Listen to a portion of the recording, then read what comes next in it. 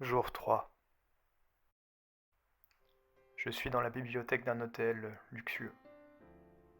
Murs tapissés d'ouvrages anciens, moquettes épaisses, lumière tamisée et conversation lointaine. Il manque juste quelqu'un au piano pour parfaire l'ambiance. Devant moi, un bureau en acajou, rehaussé d'un sous-main en cuir matelassé. Mon regard est attiré par 3 livres, disposés verticalement sur le bureau. Il y a 2 têtes de dragon en étain qui les maintiennent. J'approche lentement du bureau, plus lentement que je ne le souhaiterais. J'ai pris le premier ouvrage et je l'ai ouvert. Toute la mer est blanche, tout le ciel est blanc. Je ne sais plus très bien où j'en suis, si ce n'est que nous courons depuis longtemps, au-delà des frontières du trot. Mais jamais je n'ai senti mon bateau aussi fort. Jamais il ne m'avait donné autant. L'air est glacé. J'écoute. Je sens de toutes mes forces, avec une lucidité effrayante, qu'il faut réduire la toile, ralentir, ne plus surfer. Et en même temps, il y a cette chose que je perçois en moi, cette chose qui chante et que je voudrais entendre encore, plus loin encore, la grande onde lumineuse où l'on nagerait l'éternité. Revenir au pied du mât, revenir absolument.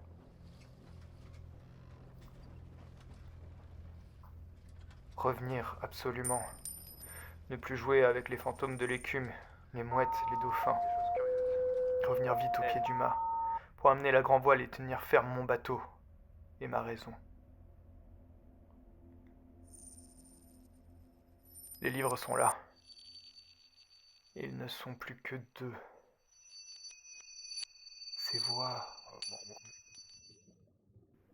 L'atmosphère était si humide que les poissons auraient pu entrer par les portes et sortir par les fenêtres, naviguant dans les airs d'une pièce à l'autre. Cette musique.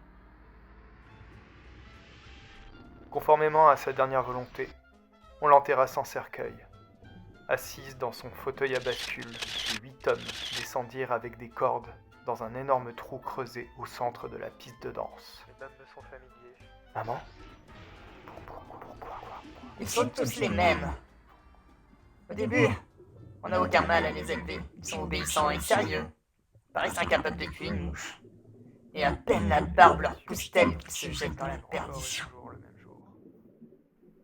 Je suis de retour. Le toit du bateau s'est ouvert sur un ciel gris béton. J'entends des pleurs au loin. Je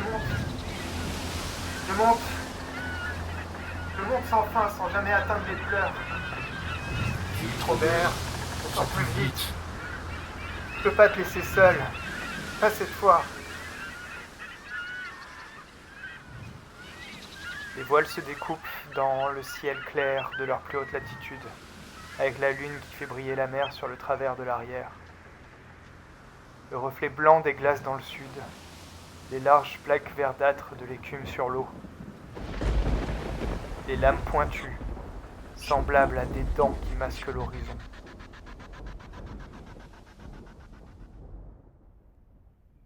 J'avance sous l'éclat des étoiles et la tendresse un peu lointaine de la lune.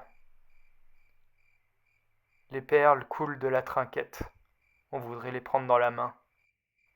Ce sont de vraies pierres précieuses qu'on garde dans les yeux seulement. J'ouvre la main.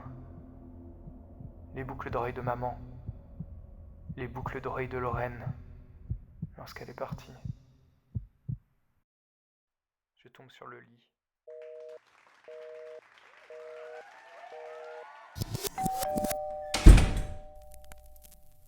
Je mange ma 5e pomme. Goût de tombe, goût de sang, goût de papier humide. La mer tremble, l'air se déchire, les dents se rapprochent.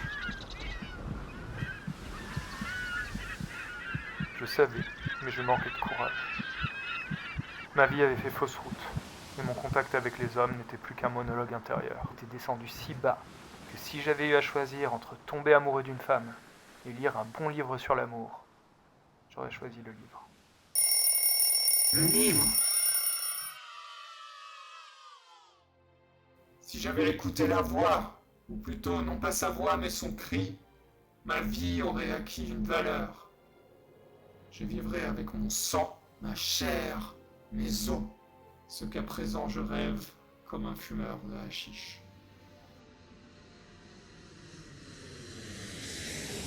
J'ai plongé dans les vagues, plutôt que d'en avoir peur. Pardonne-moi, Lorraine.